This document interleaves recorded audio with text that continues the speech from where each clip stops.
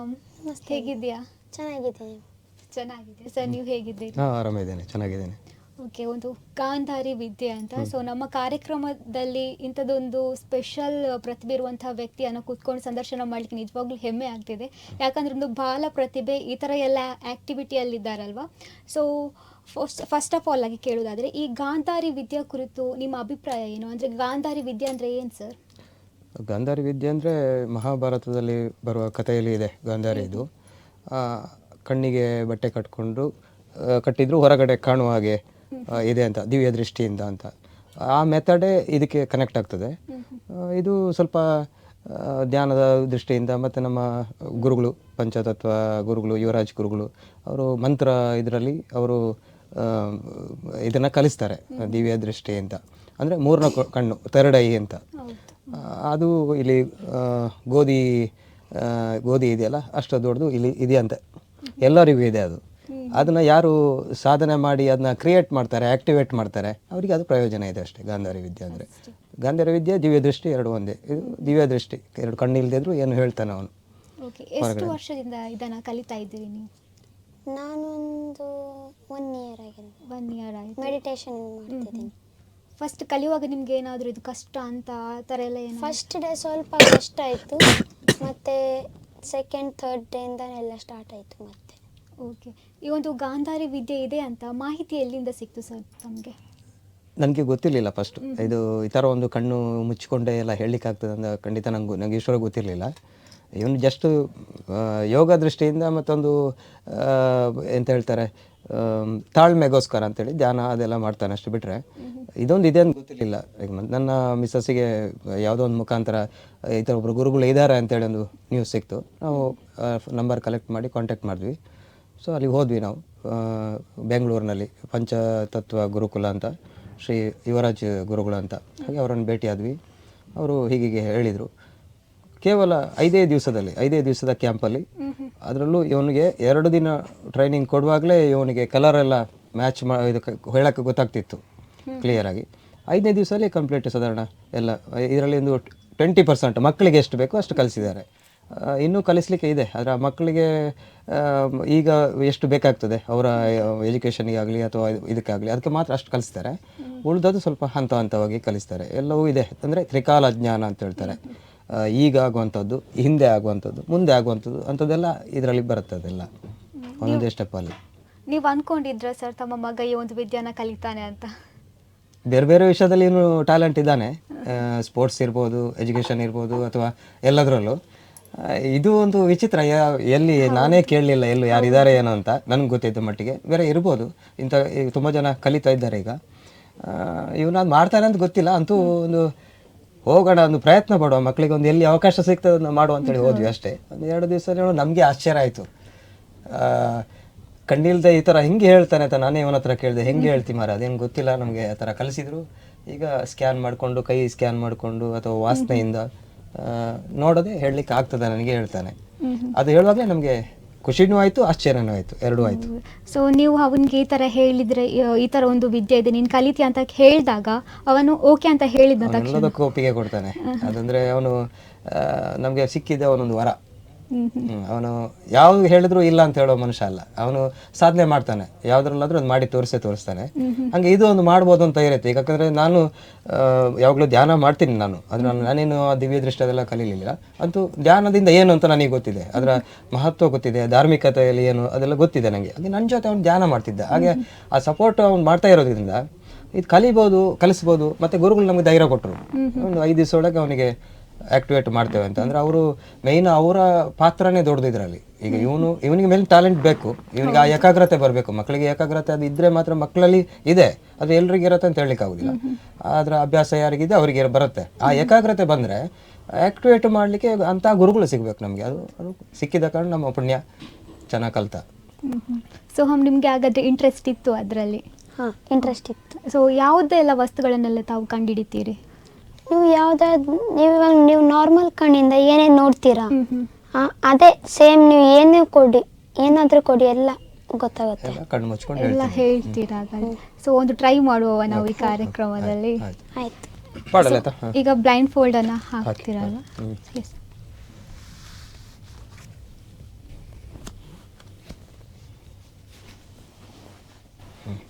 ತಾವು ನೋಡ್ತಾ ಇರ್ಬೋದು ವೀಕ್ಷಕರೇ. ಸೊ ಅವರು ಬ್ಲೈಂಡ್ ಫೋಲ್ಡನ್ನು ಹಾಕಿದ್ದಾರೆ. ಸೊ ಇದೀಗ ನಾವು ಒಂದೊಂದೇ ಕಲರನ್ನು ನಾವು ತೋರಿಸ್ತೀವಿ. ಸೊ ಇವರು ಯಾವ ಕಲರ್ ಅಂತ ಅವರು ಪತ್ತೆ ಹಚ್ತಾರೆ. ಇದು ಯಾವ ಕಲರ್? ಅದು pink colour, green colour, orange colour,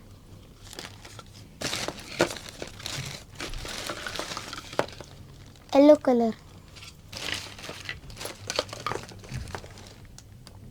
ಅದು ಬಾಲ್ ಬ್ಲೂ ಕಲರ್ ಇತ್ತು, ಬಾಲ್ ವೈಟ್ ಕಲರ್ ಇತ್ತು,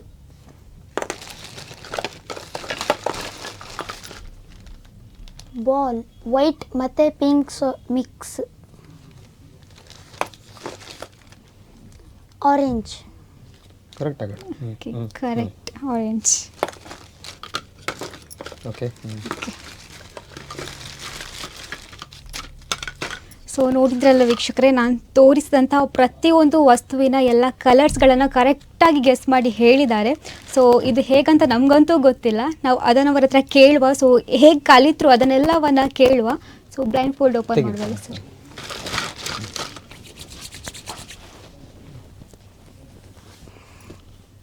ಸೊ ನಾನು ಪ್ರತಿಯೊಂದು ತೋರಿಸಿದ ವಸ್ತುವಿನ ಕಲರ್ ನೀವು ಎಕ್ಸಾಕ್ಟಾಗಿ ಅದೇ ಕಲರ್ ಹೇಳಿದ್ರಿ. ಸೊ ಅದು ಹೇಗೆ ಸಾಧ್ಯ ಅಂತ?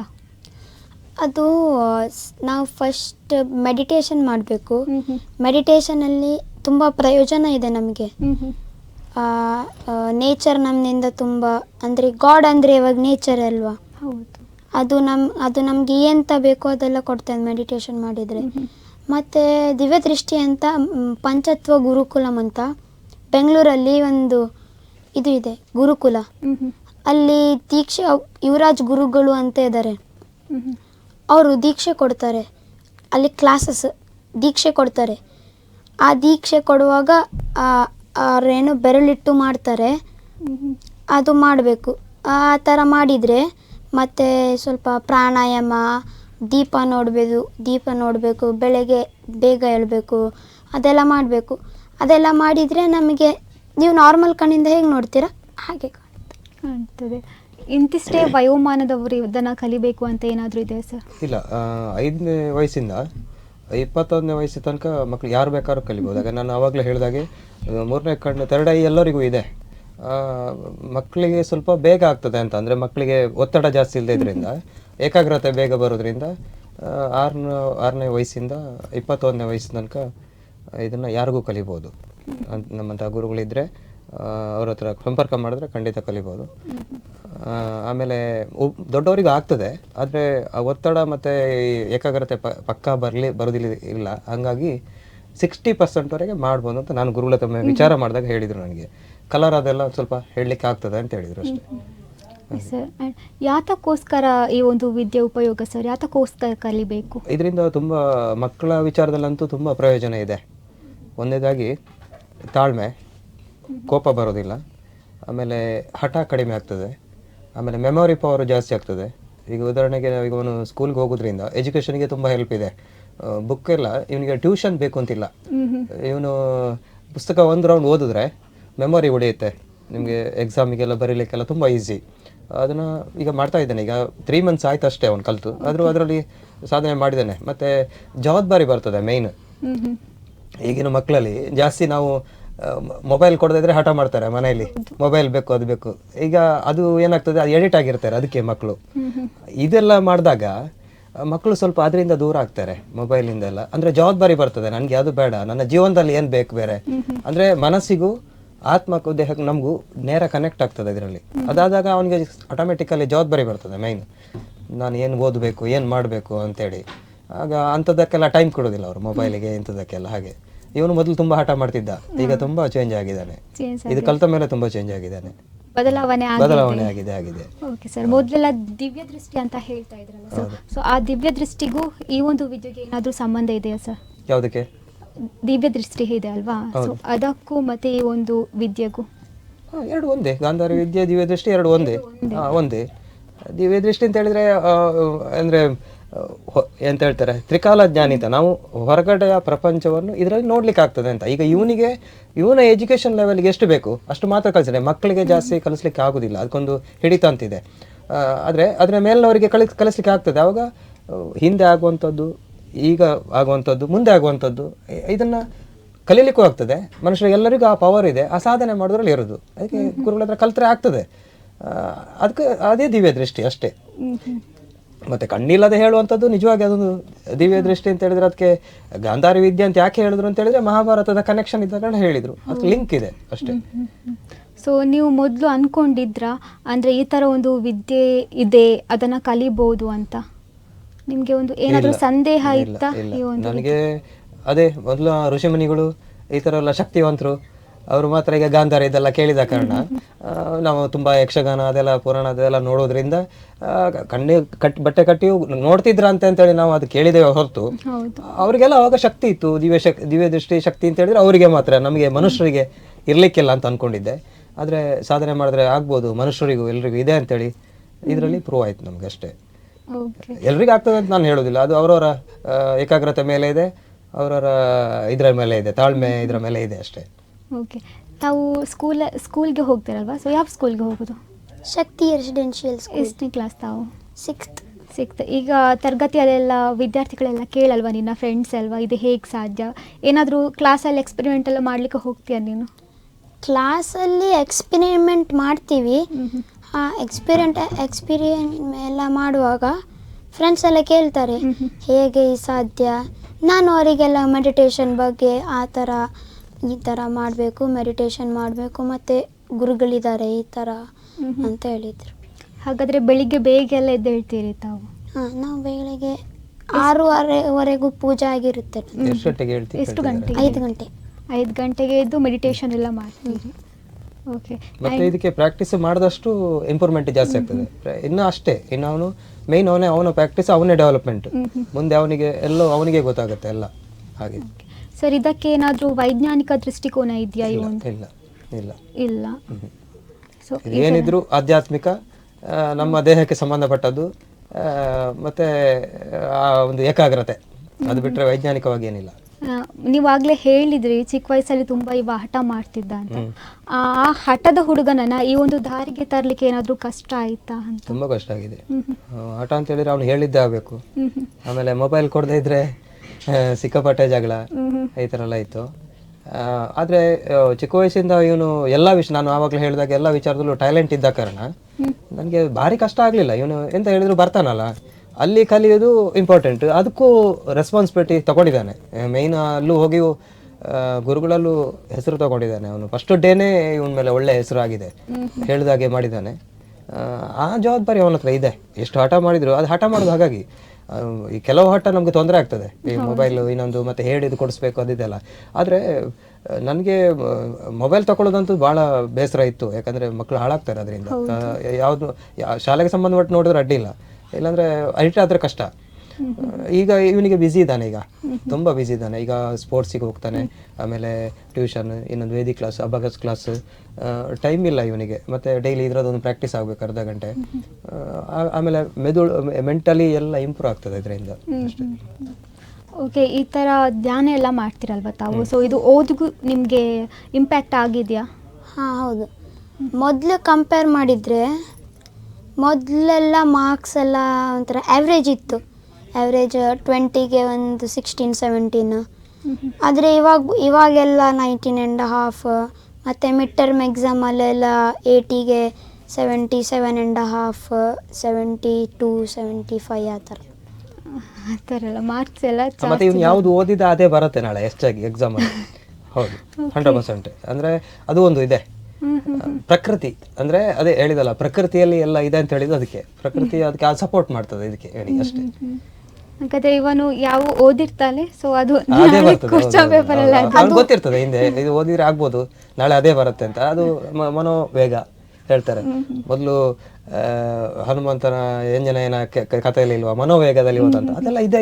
ಸೇಮ್ ದಿವ್ಯ ದೃಷ್ಟಿಗೆ ಕನೆಕ್ಟ್ ಇದೆ, ಅದೆಲ್ಲ ಮಾಡ್ಲಿಕ್ಕೆ ಆಗ್ತದೆ, ಆಗುದಿಲ್ಲ ಅಂತಲ್ಲ. ಈಗ ನನಗೆ ಗುರುಗಳು ಹೇಳಿದ್ದಾರೆ, ದೊಡ್ಡವರಿಗೆಲ್ಲ ಕಲಿಸೋದಾದ್ರೆ ನಾವು ಇಲ್ಲಿ ಕೂತ್ಕೊಂಡು ಬೆಂಗಳೂರಲ್ಲಿ ನಮ್ಮ ಫ್ರೆಂಡ್ ಯಾರು ಇದ್ರೆ ಅವ್ರು ಏನ್ ಮಾಡ್ತಾರೆ ಅದು ನೋಡ್ಲಿಕ್ಕೆ ಆಗ್ತದೆ ಅಂತ. ಆ ವಿದ್ಯೆನ ಇದರಿಂದಲೇ ಕಲೀಲಿಕ್ಕೆ ಆಗ್ತದೆ, ದಿವ್ಯ ದೃಷ್ಟಿಯಲ್ಲಿ ಕಲ್ತವ್ರು ಇದ್ದಾರೆ ಹಾಗೆ.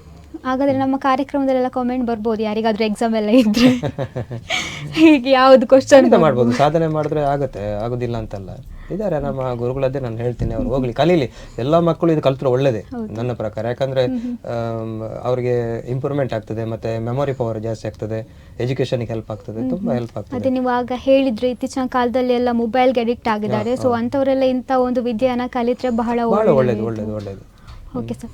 ಆ್ಯಂಡ್ ಮೊದಲೆಲ್ಲ ಪೂರ್ವಜ ಋಷಿಗಳೆಲ್ಲ ನಕ್ಷತ್ರಗಳನ್ನು ಎಣಿಸ್ತಾ ಇದ್ರು. ಅಂದರೆ ನಮ್ಮ ದೇಹದ ಒಳಗೆ ಇರುವಂಥ ಅಂಗಾಂಗ ಏನಿದೆ ಅದನ್ನು ಯಾವುದೇ ಒಂದು ವೈಜ್ಞಾನಿಕ ಉಪಕರಣ ಇಲ್ಲದೆಲ್ಲ ಹೇಳ್ತಾ ಇದ್ರಲ್ಲ.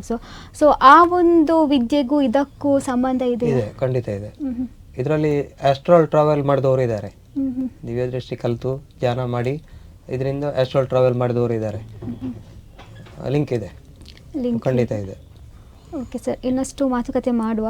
ಸೊ ಇನ್ನೊಂದು ಹಲವಾರು ಉಪಕರಣಗಳಿವೆ, ಸೊ ಟೆಸ್ಟ್ ಮಾಡುವ. ಆಯ್ತು ಓಕೆ, ಅದು ಹಾಕು.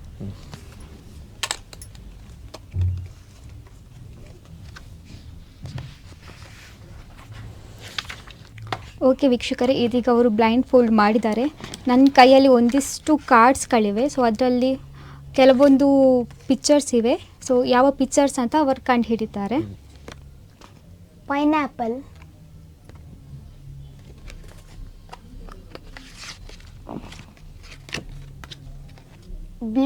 BlackBerry,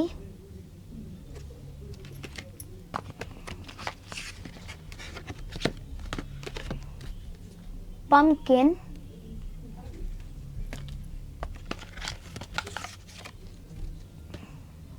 bitter gourd,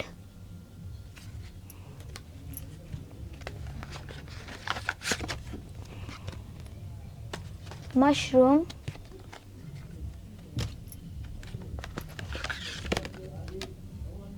white radish,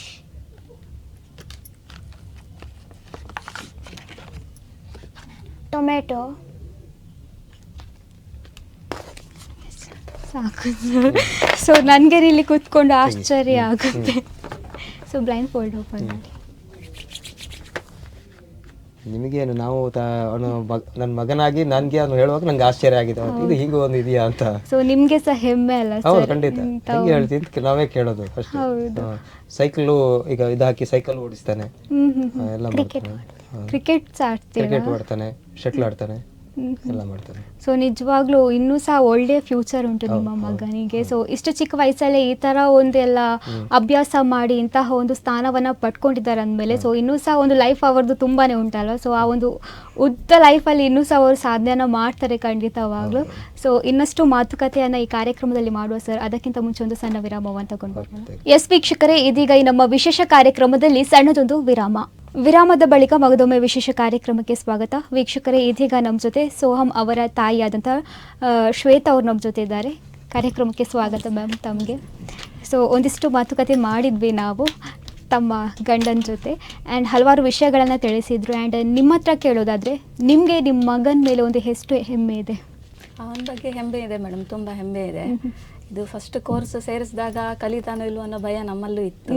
ಆದರೆ ತುಂಬ ಕಲಿತು ಚೆನ್ನಾಗಿ ಮಾಡಿದ್ದಾನೆ. ತುಂಬ ಹೆಮ್ಮೆ ಆಗುತ್ತೆ. ಅಂದರೆ ಎಲ್ಲರೂ ಕರೆದು ಅವನಿಗೆ ಒಂದು ಸನ್ಮಾನ ಮಾಡುವಾಗ ಹ್ಯಾಪಿ ಅನಿಸುತ್ತೆ. ಸೊ ನಿಮಗೆ ಸಹ ಈ ವಿದ್ಯೆಯಲ್ಲಿ ಇಂಟ್ರೆಸ್ಟ್ ಇದೆಯಾ? ಅಂದರೆ ಮಗನಿಗೆ ಈ ಥರ ಕಲಿಸಬೇಕು ಇದರಲ್ಲಿ? ಇತ್ತು ಇಂಟ್ರೆಸ್ಟ್ ಇತ್ತು. ಅಂದರೆ ನಾನು ಸುಮಾರು ಕಡೆ ನೋಡಿದ್ದೆ, ಆದರೆ ಇವನು ಕಲಿಬಹುದು ಅಂತ ಅನ್ಕೊಂಡಿರ್ಲಿಲ್ಲ. ಬಟ್ ಕಲಿತಾ ಚೆನ್ನಾಗಿ ಮಾಡಿದ್ದಾನೆ. ಸೊ ಈ ಥರ ಎಲ್ಲ ಮಾಡುವಾಗ ಒಂದಿಷ್ಟು ಜನ ನಿಮ್ಮನ್ನ ಗುರ್ತಿಸ್ತಾರೆ ಅಲ್ವಾ, ಇವರ ತಾಯಿ ಅಂತ. ಸೊ ಆ ಥರದ್ದು ಏನಾದ್ರು ಸಂದರ್ಭ ಇದೆಯಾ? ಆಗಿದೆ ಮ್ಯಾಮ್, ಸುಮಾರು ಕಡೆ ಆಗಿದೆ. ಎಲ್ಲ ಕಡೆ ಫಂಕ್ಷನ್ ಎಲ್ಲ ಕೊಡುವಾಗ ಸೋಹಮ್ ತಾಯಿ ಮತ್ತೆ ಸೋಹಮ್ ಅಪ್ಪ ಅಂತೆಲ್ಲ ಹೇಳ್ತಾರಲ್ಲ, ಅವನಿಂದ ನಮಗೂ ಒಂದು ಗೌರವ ಸಿಗುತ್ತೆ ಅಂತ ಹೆಮ್ಮೆ ಆಗುತ್ತೆ ನಮಗೆ.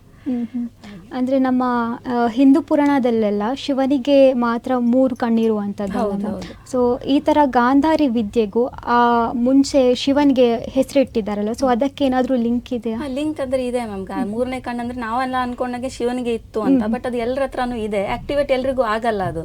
ಆಕ್ಟಿವೇಟ್ ಕೆಲವ್ರಿಗೆ ಮಾತ್ರ ಆಗೋದು. ಅದು ಇವನಿಗಾಗಿದೆ, ಅದು ತುಂಬಾ ಖುಷಿ ನಮ್ಗೆ. ಎಲ್ಲರ ಹತ್ರನೂ ಇರುತ್ತೆ. ಓಕೆ. ಆ್ಯಂಡ್ ಇವ್ರ ಹತ್ರ ಮಾತಾಡೋದಾದರೆ, ಸೊ ನೀವಾಗಲೇ ಹೇಳಿದ್ರಿ ಕಲೀಲಿಕ್ಕೆ ಸ್ವಲ್ಪ ಕಷ್ಟ ಆಗುತ್ತೆ, ಬಟ್ ಇಷ್ಟಪಟ್ಟು ಕಲಿತ್ರೆ ಎಲ್ಲ ಸಾಧ್ಯ ಅಂತ ಆಗುತ್ತಲ್ಲ. ಸೊ ಇದರಲ್ಲಿ ನಿಮಗೆ ಮುಂದೆ ಏನಾದರೂ ಸಾಧನೆ ಮಾಡಬೇಕಂತ ಇದೆಯಾ? ಏನು ಮಾಡಬೇಕಂತ ಇದ್ದೀರಿ ಮುಂದೆ? ಇದರಲ್ಲಿ ಸಾಧನೆ ಮಾಡಬೇಕಂತ ಇದೆ. ಹಾಗೆ ಅಂತ ಸಾಧನೆ ಮಾಡಬೇಕು ಮುಂದೆ ನೋಡು ಅಂತ. ಸೊ ಅದೇನಾದರೂ ದಿವ್ಯ ದೃಷ್ಟಿಯಲ್ಲಿ ಕಾಣುತ್ತಾ ಮುಂದೆ ನಾನು ಈ ಥರ ಆಗ್ತೀನಿ ಅಂತ? ಅದು ಕಾಣುತ್ತೆ. ಸಾಧನೆ ಮಾಡಿದ್ದಾರೆ, ಅದಕ್ಕೂ ಪ್ರಯತ್ನ ಪಡಬೇಕು. ಫ್ಯೂಚರಲ್ಲಿ ಏನಾಗುತ್ತೆ ಅದು ಇದು ಆಗುತ್ತೆ. ಓಕೆ. ಅಂದ್ರೆ ಅವನಿಗೆ ಹೇಳ್ಕೊಟ್ಟಿದ್ದಷ್ಟೇ, ಅಂದ್ರೆ ಇವಾಗ ಜಸ್ಟ್ ಎಜುಕೇಶನ್ಗೆ ಏನ್ ಬೇಕು, ಅವ್ನಿಗೆ ಏಜ್ಗೆ ಏನ್ ಬೇಕು ಅಷ್ಟು ಮಾತ್ರ ಕಲ್ಸಿದ್ದಾರೆ, ಅಷ್ಟು ಕಲ್ತಿದ್ದಾನೆ. ನೆಕ್ಸ್ಟ್ ಇನ್ನ ತುಂಬಾ ಲೆವೆಲ್ಸ್ಗಳಿದೆ ಅದರಲ್ಲಿ, ಅದನ್ನ ಮಾಡಿದ್ರೆ ಅಚೀವ್ ಮಾಡ್ಬೋದು, ಅವನು ತುಂಬಾ ಏನೋ ಒಂದು ಸಾಧನೆ ಮಾಡ್ಬೋದು ಅಂತ ಅನ್ಕೊಂಡಿದೀವಿ ನಾವು. ಓಕೆ. ಅದ್ರ ಜೊತೆಗೆ ಯಾವುದೇ ಒಂದು ಮಕ್ಕಳು ಮುಂದೆ ಬರಬೇಕಾದ್ರೆ ಪೇರೆಂಟ್ಸ್ನವರ ಸಪೋರ್ಟ್ಸ್ ಅಷ್ಟೇ ಬೇಕು. ಸೊ ಆ ಒಂದು ಮಗುಗೆ ನಿಮ್ಮ ಇಬ್ಬರ ಒಂದು ಸಪೋರ್ಟ್ ತುಂಬಾನೇ ಇದಲ್ವಾ? ಸೊ ಅದು ನಿಜವಾಗ್ಲೂ ಹೆಮ್ಮೆ. ಮತ್ತೆ ನಾವು ಹೇಳಿದಕ್ಕೆಲ್ಲ ಅವನು ಕೋಪರೇಟ್ ಮಾಡ್ತಾನಲ್ಲ, ಅದು ಇನ್ನೂ ಖುಷಿ ಆಗುತ್ತೆ. ಅಂದ್ರೆ ಯಾವುದು ಬೇಜಾರಲ್ಲಾಗ್ಲಿ ಇದು ಮಾಡೋದಾಗ್ಲಿ ಮಾಡೋದಿಲ್ಲ, ನಾವು ಹೇಳಿದ್ದನ್ನ ಮಾಡ್ತಾನೆ. ಸೊ ಈ ಥರ ಜ್ಞಾನ ಎಲ್ಲ ಮಾಡ್ತಾರಲ್ಲ, ಇದರಿಂದ ಬೇರೆ ಏನೆಲ್ಲ ಉಪಯೋಗ ಇದೆ ಮ್ಯಾಮ್? ಬೇರೆ ಅದೇ ಮೇಡಮ್, ಕಾನ್ಸಂಟ್ರೇಟ್ ಜಾಸ್ತಿ ಆಗುತ್ತೆ, ಹಠ ಕಮ್ಮಿ ಆಗುತ್ತೆ. ನೀವು ನಂಬಿದ್ರೆ ನಂಬಿ, ನಮ್ಮ ಮನೆಯಲ್ಲಿ 6 months ಟಿವಿ ಇಲ್ಲ, ನೋಡೋದೇ ಇಲ್ಲ ಟಿವಿ. ಟಿವಿ ಫುಲ್ ಇದಾಗಿದೆ. ಮತ್ತೆ ಮೊಬೈಲು ಅಷ್ಟೇ, ಮನೇಲಿ ಯಾರು ಇರೋದಿಲ್ಲ, ಅವ್ರು ವರ್ಕಿಂಗ್, ನಾನು ವರ್ಕಿಂಗ್. ಅವ್ನು ಬಂದು ಅವ್ನ ಕೆಲಸ ಅವನೇ ಮಾಡ್ತಾನೆ, ಅವನ್ನೆಲ್ಲ ಕರೆಕ್ಟಾಗಿ ಮಾಡ್ಕೊತಾನೆ. ಕರೆಕ್ಟ್ 6 months ಟಿವಿ ಇಲ್ಲ, ಮೊಬೈಲ್ ಇಲ್ಲ. ಮೊಬೈಲ್ ಅಂದರೆ ಹೋಮ್ವರ್ಕ್ ಎಲ್ಲ ಕೊಟ್ಟಾಗ ಅಷ್ಟೇ ನೋಡೋದು, ಅದು ಬಿಟ್ಟರೆ ಬೇರೆ ಯಾವುದಕ್ಕೂ ಇಲ್ಲ. ಫ್ರೀ ಟೈಮಲ್ಲಿ ಏನು ಮಾಡಿ? ಫ್ರೀ ಟೈಮಲ್ಲೆಲ್ಲ ಅಂದರೆ ಗೇಮ್ಸ್ ಆಡ್ತಾನೆ. ನನಗೆ ತುಂಬ ಆ್ಯಕ್ಟಿವಿಟೀಸ್ ಎಲ್ಲ ಪಾರ್ಟಿಸಿಪೇಟ್ ಮಾಡ್ತಾನೆ. ಗೇಮ್ಸಲ್ಲಿ ಇಂಟ್ರೆಸ್ಟ್ ಇದೆ, ಡ್ರಾಯಿಂಗಲ್ಲಿದೆ, ಮತ್ತು ಡ್ಯಾನ್ಸಲ್ಲಿ DKDಗೆ ಹೋಗಿ ಬಂದಿದ್ದಾನೆ. ಮತ್ತೆ ಶಟಲ್ ಕಾಕ್ ಆಡ್ತಾನೆ, ಚೆನ್ನಾಗಿ ಆಡ್ತಾನೆ. ಮತ್ತೆ ಯೂಟ್ಯೂಬ್ ಚಾನಲ್ಸ್ ಎಲ್ಲ ಇದೆ ಒಂದು ಸಪ್ರೇಟಾಗಿ. ಸೊ ಹಂಗೆ ಅದರಲ್ಲೆಲ್ಲ ಬ್ಯುಸಿ ಇರ್ತಾನೆ. ಅಂದರೆ ಈ ಥರ ನೀವು ಶಾಲೆಯಲ್ಲಿ ಸಹ ಆ್ಯಕ್ಟಿವ್ ಇರ್ತೀರಾ ಹಾಗಾದರೆ? ಸೊ ಈ ಥರ ಕೆಲವೊಂದು ಪ್ರತಿಭಾ ಕಾರ್ಯನ್ಸ್ ಎಲ್ಲ ಇರುತ್ತೆ, ಸೊ ಅದಕ್ಕೆಲ್ಲ ಪಾರ್ಟಿಸಿಪೇಟ್ ಮಾಡ್ತಾನೆ. ಅದಿನ್ನ ಇದು ಕಲ್ತಿದ್ದಲ್ಲ ಮ್ಯಾಮ್, ಇದಕ್ಕಿನ್ನ ಸ್ಟಾರ್ಟ್ ಮಾಡಿಲ್ಲ. ಮೊನ್ನೆ ವರ್ಲ್ಡ್ ರೆಕಾರ್ಡ್ಗೆ ಅಪ್ಲೈ ಮಾಡಿದ್ದೀವಿ, ಅದನ್ನ February 10th ಟೈಮ್ ಕೊಟ್ಟಿದ್ದಾರೆ, ಅವತ್ತು ಮಾಡಬೇಕು ರೆಕಾರ್ಡಿಂಗ್ಸ್ ಎಲ್ಲ. ಅಂದರೆ ಈ ಒಂದು ವಿದ್ಯೆ, ಈ ಥರ ವಿಕಲಚೇತನ ಅವರೆಲ್ಲ ಇರ್ತಾರಲ್ವಾ, ಸೊ ಅವ್ರಿಗೂ ಸಹಾಯ ಆಗುತ್ತಾ? ಅವ್ರಿಗೆ ಅಂದರೆ ಅದು ಯಾಕಂದರೆ ಮ್ಯಾಮ್ ದೀಕ್ಷೆ ಎಲ್ಲ ಕೊಡ್ತಾರಲ್ಲ, ಕೊಡೋ ಟೈಮ್ಗೆ ಅವ್ರು ಆ್ಯಕ್ಚುಲಿ ನೋಡಬೇಕಾಗತ್ತೆ. ದೀಕ್ಷೆ ಕೊಡುವಾಗ ಕೆಲವೊಂದು ಐಟಮ್ಗಳು ತೋರಿಸಿರ್ತಾರೆ, ಕೆಲವು ಎಲ್ಲ ಇವನು ಏನೇನು ಮಾಡ್ತಾನಲ್ಲ ಕಣ್ಣು ಮುಚ್ಚಿ, ಅದೆಲ್ಲ ಒನ್ ಟೈಮ್ ಅವರು ಕಣ್ಣು ಓಪನ್ ಮಾಡಿ ನೋಡಬೇಕಾಗತ್ತೆ. ಅದು ನೋಡಿದ್ಮೇಲೆ ಕಣ್ಣು ಮುಚ್ಕೊಂಡು ಹೇಳೋದು ಅವರು. ಅಂದರೆ ತಾವು ಈಗ ಏನು ವಸ್ತುನ ತೋರಿಸ್ತೀವಿ ಅದನ್ನು ಅವರು ಮೊದಲು ನೋಡಿರ್ತಾರೆ. ಹೌದು, ಫಸ್ಟ್ ಎಲ್ಲ ಅಂದರೆ ರೆಕಗ್ನೈಸ್ ಮಾಡಬೇಕಲ್ಲ, ಅದು ಏನು ಹೇಗೆ ಅಂತ. ಅದು ಅವ್ರಿಗೆ ಟೋಟಲಿ ನೋಡಲೇ ಇಲ್ಲ ಅಂದರೆ ಅದು ಸಾಧ್ಯ ಇಲ್ಲ. ಹೇಗೆ ರೆಕಗ್ನೈಸ್ ಮಾಡಬೇಕು ಹೇಗೆ ಅಂತ ಅವರು ಹೇಳ್ಕೊಡ್ತಾರೆ. ಆ ಟೈಮಲ್ಲಿ ಮಾಡ್ಬೋದು. ಒಂದು ಸರಿನೂ ನೋಡಿಲ್ಲ ಅಂದರೆ ಆಗೋದಿಲ್ಲ, ಅದು ಕಮ್ಮಿ ಚಾನ್ಸಸ್, 0%. ಹಾಗೆ. Okay ma'am. ತಾವೀಗ ಮನೆಯಲ್ಲಿ 4 ಮಂದಿ, ಎಷ್ಟು ಮಂದಿ ಇದ್ದೀರಿ? ನಾವು 3 ಜನ, ಮತ್ತೆ ತಮ್ಮ ಇದ್ದಾನೆ ಜೊತೆಯಲ್ಲಿ. ತಮ್ಮ ಇದ್ದಾನೆ. ಸೊ ನಿಮಗೂ ಏನಾದರೂ ಈ ಥರದ್ದೆಲ್ಲ ಒಂದು ಕಲಿಸಲ್ವಾ ಅಮ್ಮ, ಈ ಥರ ಕಲಿ? ಅಲ್ಲ, ನಾನು ತುಂಬ ಸರಿ ಟ್ರೈ ಮಾಡಿದೆ. ಅಂದರೆ ಮಾಡುವಾಗ ಮಾಡ್ತಾನ, ಹೌದಾ ಇಲ್ವಾ, ನಾನೊಂದ್ಸರಿ ಟ್ರೈ ಮಾಡುವ ಅಂತ. ಬೇಕಾದ್ರೆ ನೀವು ಮಾಡ್ಬೋದು, ಕಾಣೋದಿಲ್ಲ ಅದರಲ್ಲಿ. ಅವನಿಗೆ ಕೇಳಕ್ಕೆ ಹೋದ್ರೆ ಇಲ್ಲ ಪಿಕ್ಚರ್ ಕಾಣಿಸುತ್ತೆ ಅಂತ ಹೇಳ್ತಾನೆ. ಅವನು ಹೇಗೆ ಕಾಣಿಸುತ್ತೋ ಗೊತ್ತಿಲ್ಲ. ಅದು ಆಗಲ್ಲ. ಸಾಧ್ಯ ಇಲ್ಲ. ಅದು ವಿದ್ಯೆಯನ್ನ ಕಲ್ತವರಿಗೆ ಮಾತ್ರ ಅದು ಸೀಮಿತವಾಗಿರುವಂಥದ್ದು. ಓಕೆ ಮ್ಯಾಮ್, ಇನ್ನೊಂದು ಎಕ್ಸ್ಪೆರಿಮೆಂಟ್ ಮಾಡುವಲ್ಲ. ಸೊ ನಮ್ಮ ವೀಕ್ಷಕರೆಲ್ಲ ಅದಕ್ಕೋಸ್ಕರ ಕಾಯ್ತಾನೆ ಇರ್ತಾರೆ ನಾವು ಮಾತಾಡೋಕ್ಕಿಂತ ಜಾಸ್ತಿ.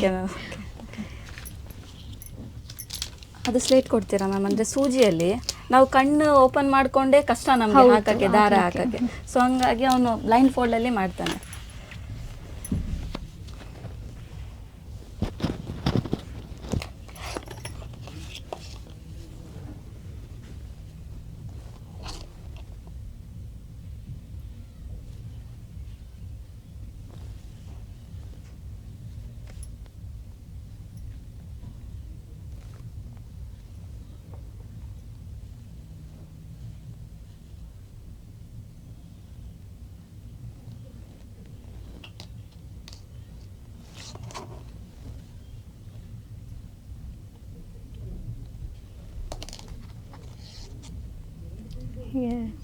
ಸೊ ನೋಡ್ತಾ ಇರ್ಬೋದು ವೀಕ್ಷಕರೇ, 2 ಸೂಜಿಗೆ ಸಹ ಅದರ ತೂತಿಗೆ ದಾರವನ್ನು ಹಾಕಿದ್ದಾರೆ. ಇಡಿ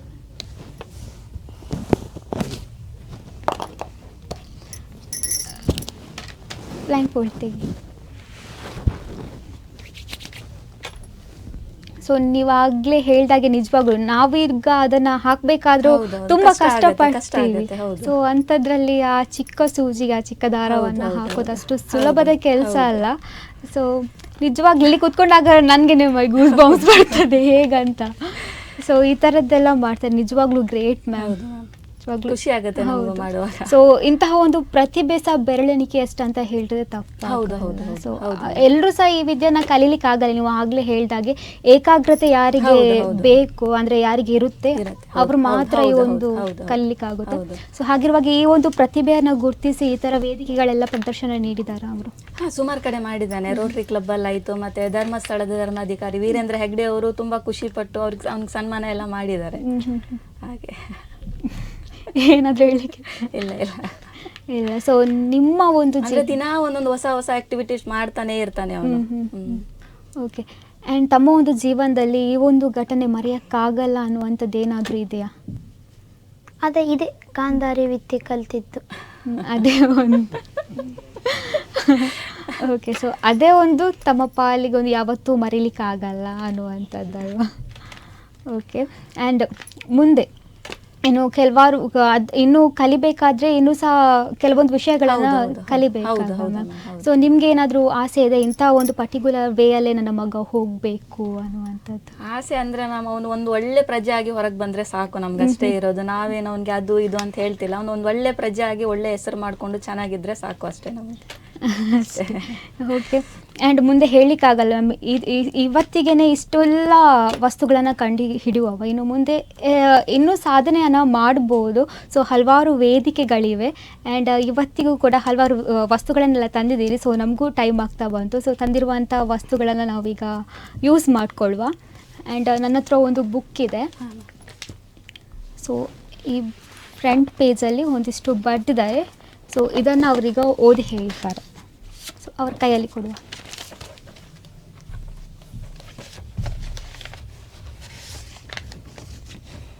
Heard of driving in the sky. For ADRENALINE, skydiving may just be that adventure sport that pumps up your energy level. Imagine jumping off a plane and then plummeting at an intense pace towards the earth. How are you going to save yourself? Pull the cord to release the parachute that you have strapped onto your back. Your parachute opens. You drift like a daisy and land safely on the ground. This is what skydiving is nutshell.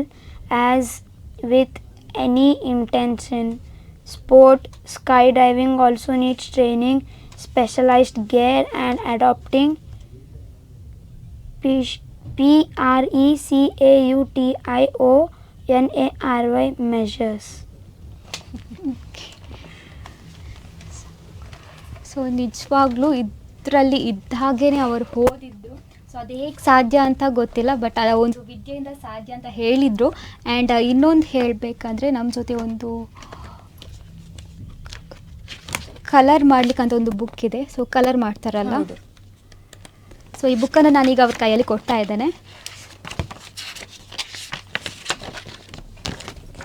So ಅವರು ಕಣ್ಣು ಮುಚ್ಕೊಂಡು ಈ ಒಂದು ಬುಕ್ಕಲ್ಲಿರುವಂಥ ವೆಜಿಟೇಬಲ್ಗೆ ಕಲರನ್ನು ಮಾಡ್ತಾರೆ. ಪಂಕಿನ್ brinjal, ಪಂಕಿನ್ ಮಾಡಿ.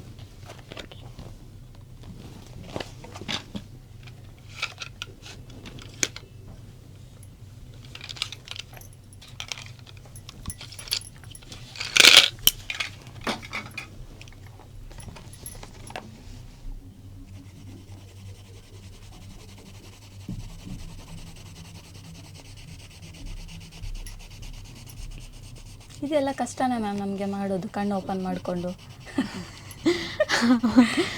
ಅಂದರೆ ಕೆಲವೊಂದು ಸರಿ ಆಚೆ ಈಚೆ ಹೋಗ್ಬೋದು ಅದು. ಹೌದು. ಸೊ ಎಲ್ಲ ನನಗೆ ನಾವು ಮ್ಯಾಚರಿ ಆಯಿತು. ಅವರು ಹೇಳಿದ್ರಲ್ಲ ಪಂಪ್ಕಿನ್ ಮಾಡಲ. ಹೌದು, ನಾನು ವೆಜಿಟೇಬಲ್ಸ್ ಅಂತ ಅಷ್ಟೇ ಹೇಳಿದ್ದೆ. ಅವನು ಪಂಪ್ಕಿನ್ ಹೇಳ್ದ, ಬ್ರಿಂಜಾಲು ಹೇಳ್ದ, ಹಾಗೆ.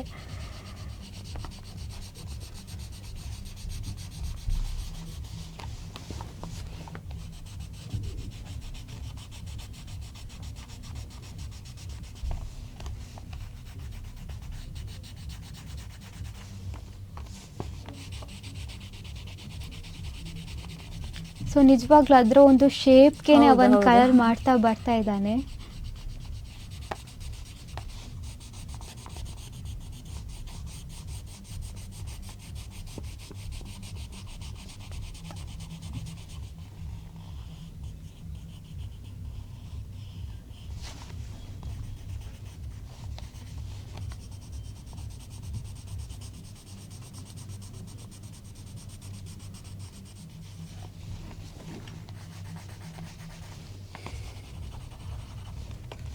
ನಮ್ಮನೆ ಇರೋದು ಫಸ್ಟ್ ಫ್ಲೋರಲ್ಲಿ. ಅವ್ರ ಕಾರ್ ಬಂದಿದ್ದ ಸೌಂಡ್ ಕೇಳಿದ ತಕ್ಷಣ ಅವ್ನು ಬ್ಲೈಂಡ್ ಫೋಲ್ಡಲ್ಲೇ ಬರ್ತಾನೆ ಕೆಳಗಡೆ, ಸ್ಟೆಪ್ಸ್ ಇಳ್ಕೊಂಡು ಸ್ಟೆಪ್ಸ್ ಇಳ್ಕೊಂಡು ಸೀದಾ ಕಾರ್ ಹತ್ರ ಹೋಗಿ ನಿಲ್ಲೋದು ಅವ್ನು.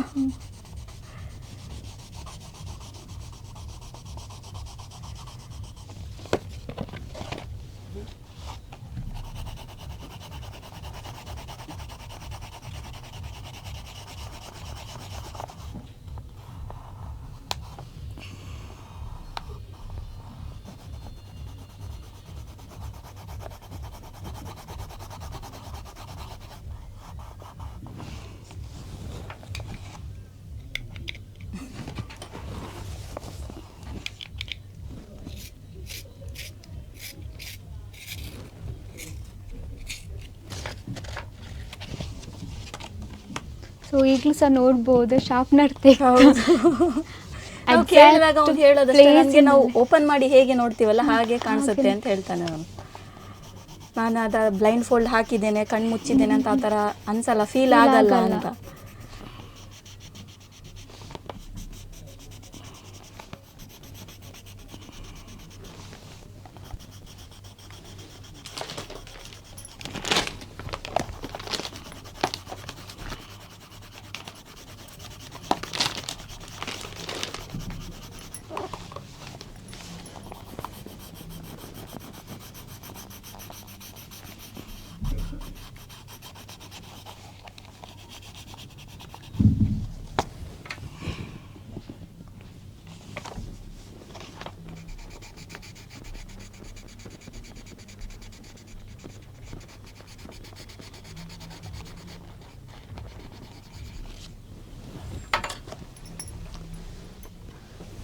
ಎಸ್ ವೀಕ್ಷಕರೇ, ತಾವೀಗ ನೋಡ್ಕೊಳ್ಬಹುದು. ಸೊ ಪಂಪ್ಕಿನ್ ಹೇಗಿದೆ, ಸೊ ಅದರ ಸುತ್ತಲೇ ಅದಕ್ಕೆ ಕಲರನ್ನು ಮಾಡಿದ್ದಾರೆ, ಎಕ್ಸಾಕ್ಟ್ ಕಲರ್ಸ್ ಹಾಕಿದ್ದಾರೆ.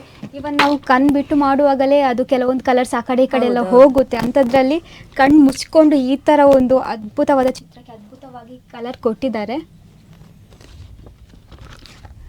ಆ್ಯಂಡ್ ಇನ್ನೊಂದಿದೆ, ನಮ್ಮ ಹತ್ರ ಒಂದಿಷ್ಟು ನೋಟ್ಗಳಿವೆ. ಸೊ ಅದರ ನಂಬರ್ ಹೇಳ್ತಾರೆ. ಹೌದು ಹೌದು. ಸೊ ಕೈಯಲ್ಲಿ ಕೊಡಿ. ಹಾಂ ಕೊಡಿ ಕೊಡಿ. ಇದು 10 ರೂಪೀಸಿದ ನೋಟ್ ಇದೆ. Number 06U009901.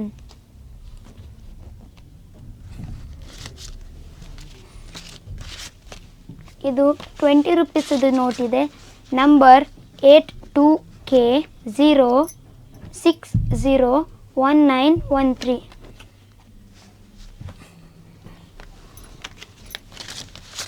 ಇದು 500 ರೂಪೀಸಿದ ನೋಟ್ ಇದೆ. Number 3DS328534. ಇದು 100 ರೂಪೀಸಿದ ನೋಟ್ ಇದೆ. Number 8WH560972. ಎಸ್ ವೀಕ್ಷಕರೇ, ಕೊಟ್ಟಂಥ ಎಲ್ಲ ನೋಟ್ಗಳ ಸಂಖ್ಯೆಯನ್ನು ಇದ್ದಿದ್ದಂಗೆ ಹೇಳಿದರು. ಆ್ಯಂಡ್ ಇನ್ನೊಂದು ಕಲರನ್ನು ಸಪ್ರೇಷನ್ ಮಾಡ್ತಾನೆ. ನೀವು ಮಿಕ್ಸ್ ಮಾಡಿ ಕೊಟ್ಟಿದ್ದೇನೆ, ಸಪ್ರೇಟ್ ಮಾಡಿ ಬೌಲ್ಗೆ ಹಾಕ್ತಾನೆ. 2 ಬೌಲ್ ಇರಲ್ಲ.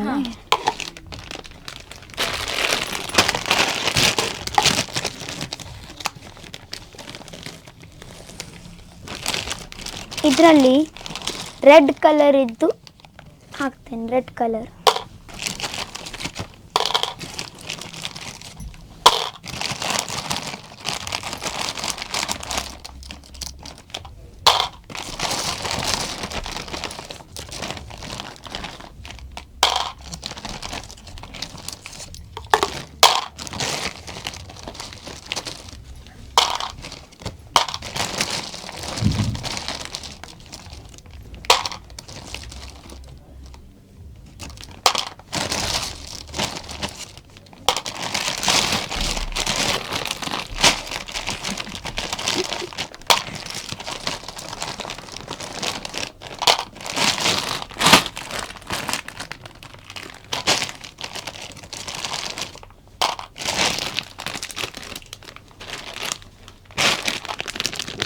ಸೊ ಅವ್ರು ಹೇಳ್ದಾಗೇ ರೆಡ್ ಕಲರ್ ಎಲ್ಲ ಈ ಬೌಲ್ಗೆ ಹಾಕಿ ಕೊಟ್ಟಿದ್ದಾರೆ. ಸೊ ಇದರಲ್ಲಿ ಇಷ್ಟು ಕಲರ್ ಇತ್ತು, ಇದರಲ್ಲಿ ಹುಡುಕಿ ಎಲ್ಲ ರೆಡ್ ಕಲರ್ಗಳನ್ನು ಈ ಒಂದು ಬೌಲ್ಗೆ ಹಾಕಿ ಕೊಟ್ಟಿದ್ದಾರೆ.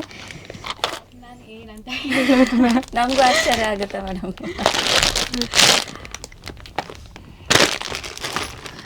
ಓಕೆ, ಬ್ಲೈಂಡ್ ಫೋಲ್ಡ್ ತೆಗಿ. ಇಷ್ಟೆಲ್ಲ ನೋಡ್ಕೊಂಡು ಬಂದ್ವಿ. ಸೊ ಇದನ್ನೆಲ್ಲ ನೋಡಿ ಆದಮೇಲೆ ನನಗೇನು ಹೇಳಬೇಕಂತೆಲ್ಲ ಗೊತ್ತಾಗ್ತಿಲ್ಲ. ಸೊ ನಮ್ಮ ಟೈಮ್ ಸಾಗ್ತಾ ಬಂತು ಮ್ಯಾಮ್. ಸೊ ಈ ಕಾರ್ಯಕ್ರಮ, ಈ ವೇದಿಕೆ ಅವನಿಗೆ ಒಂದು ಪ್ಲಸ್ ಪಾಯಿಂಟ್. ಸೊ ಹಲವಾರು ಜನಕ್ಕೆ ಗೊತ್ತಿರಲಿಕ್ಕಿಲ್ಲ ಇಂಥ ಒಂದು ವಿದ್ಯೆ ಇರುತ್ತೆ, ಇದರಲ್ಲಿ ಸಹ ಸಾಧನೆಯನ್ನು ಮಾಡ್ಬೋದು ಅಂತ. ಸೊ ಈ ಒಂದು ಕಾರ್ಯಕ್ರಮದ ಮುಖೇನ ಬಂದು ಇಷ್ಟೆಲ್ಲ ನಮಗೆ ಸ್ಪೆಷಲ್ ಹೇಳಬೇಕಾದ್ರೆ ನಮಗೂ ಸಹ ಗೊತ್ತಿರಲಿಲ್ಲ ಇಂತಹ ಒಂದು ವಿದ್ಯೆ ಇದೆ ಅಂತ. ಸೊ ಈ ಕಾರ್ಯಕ್ರಮಕ್ಕೆ ಬಂದು ಹೇಗಾಯಿತು ಮ್ಯಾಮ್ ತಮಗೆ? ಕಾರ್ಯಕ್ರಮಕ್ಕೆ ಬಂದು ಖುಷಿ ಆಯಿತು ಮ್ಯಾಮ್. ಒಂದು ನಮಗೆ ಅಪರ್ಚುನಿಟಿ ಕೊಟ್ಟು ಇವನ್ನ ಇಲ್ಲಿ ಕರೆದು ಈ ಥರ ಎಲ್ಲ ಮಾಡೋಕ್ಕೆ ಹೇಳಿದ್ದಕ್ಕೆ ನಮಗೂ ಎಲ್ಲ ಖುಷಿ ಆಯಿತು, ಚೆನ್ನಾಗಿ ಅನಿಸಿತ್ತು.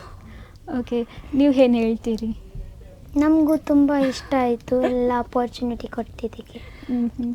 ಇನ್ನೂ ಸಾಧನೆಯನ್ನು ಮಾಡಬೇಕಂತ ಇದ್ದೀರಲ್ವಾ ಈ ಒಂದು ಫೀಲ್ಡಲ್ಲಿ?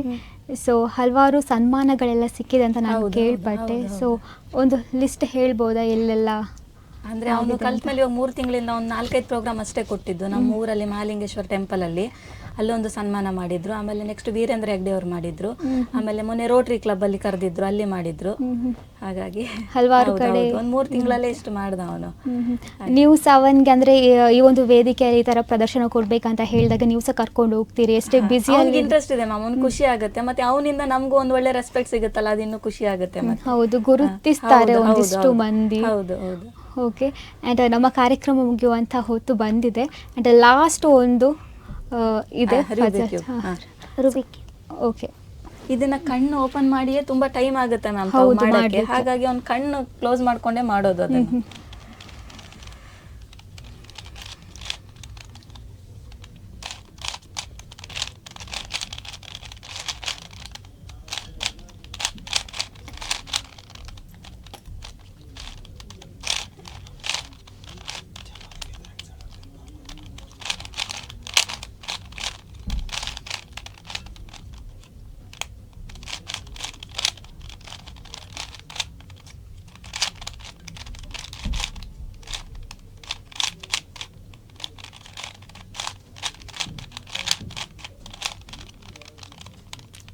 ಸೊ ಅಂದರೆ ಇದನ್ನು ಅಲ್ಲಿ ಕಲಿಸ್ತಾರಾ?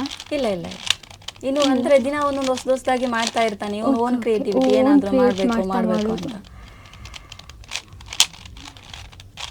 ಅದನ್ನು ಸೆಟ್ ಮಾಡಲಿಕ್ಕೆ ಹೌದು ಹೌದು ತುಂಬಾ ಕಷ್ಟಪಡ್ತಾರೆ. ಹೌದು, ಓಪನ್ ಮಾಡಿ ಒಂದು 5 ನಿಮಿಷ 10 ನಿಮಿಷ ಟೈಮ್ ತಗೊಂಡು ಮಾಡ್ಬೋದು. ಅದು ಕ್ಲೋಸಿಂಗ್ ಅಲ್ಲಿ ಯಾವ್ದು ಎಲ್ಲಿದೆ ಅಂತಾನೆ ಗೊತ್ತಾಗಲ್ಲ ನಮಗೆ.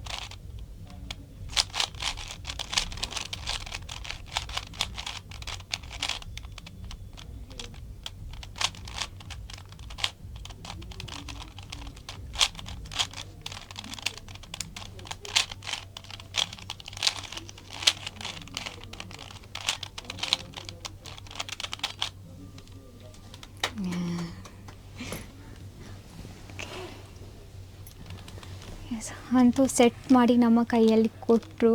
ಸೊ ನಿಜವಾಗ್ಲೂ ಇದನ್ನು ಸೆಟ್ ಮಾಡಲಿಕ್ಕೆ ತುಂಬಾ ಕಷ್ಟ. ಇದಕ್ಕೂ ಒಂದು ಟ್ರಿಕ್ ಇದೆ ಇದನ್ನು ಸೆಟ್ ಮಾಡಬೇಕಾದ್ರೆ. ಸೊ ಅದರ ಜೊತೆಗೆ ಕಣ್ಣು ಮುಚ್ಕೊಂಡು ಫುಲ್ ಸರಿ ಮಾಡಿ ಕೊಟ್ಟಿದ್ದಾರೆ. ಸೊ ನಿಜವಾಗ್ಲೂ ಗ್ರೇಟ್ ಮ್ಯಾಮ್ ಎಂತ ಹೇಳೋದು. ಅವ್ರು ಇನ್ನೊಂದು ಮಾಡಲಿಕ್ಕೆ ರೆಡಿ ಆಯಿತು. ಓಕೆ ಆಯ್ತಲ್ವಾ ಮ್ಯಾಮ್, ಬ್ಲೈಂಡ್ ಫೋಲ್ಡ್ ತೆಗೀರಿ.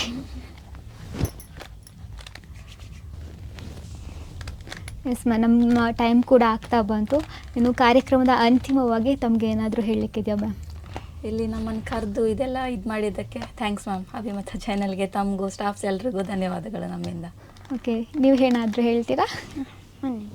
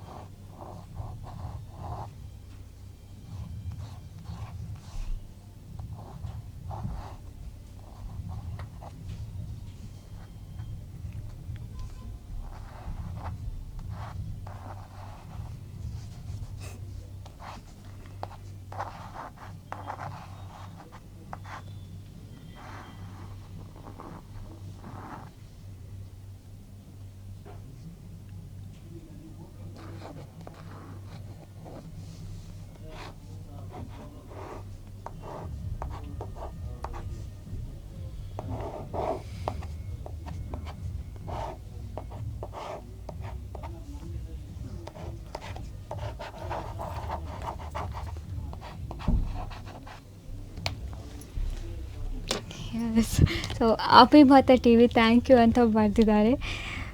ಏನು ಹೇಳೋದು, ನಮ್ಮ ಲೋಗೋಕ್ಕಿಂತಲೂ ಜಾಸ್ತಿ ಆಯ್ತು ಇದು ಬರೆದದ್ದು. ತಮಗೂ ಸಹ thank you so much ma'am.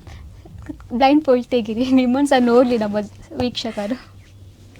Okay, ತಮಗೂ ಸಹ ಥ್ಯಾಂಕ್ ಯು. ಈ ಒಂದು ಕಾರ್ಯಕ್ರಮಕ್ಕೆ ಬಂದು ಇಷ್ಟೆಲ್ಲ ನಮಗೆ ಒಂದು ಆಶ್ಚರ್ಯ ಪಡುವಂಥ ಕೆಲವೊಂದು ಸಂಗತಿಗಳು, ಘಟನೆಗಳೆಲ್ಲ ನಡೆದು.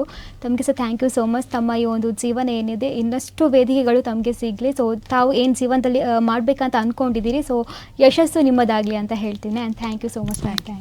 Thank you.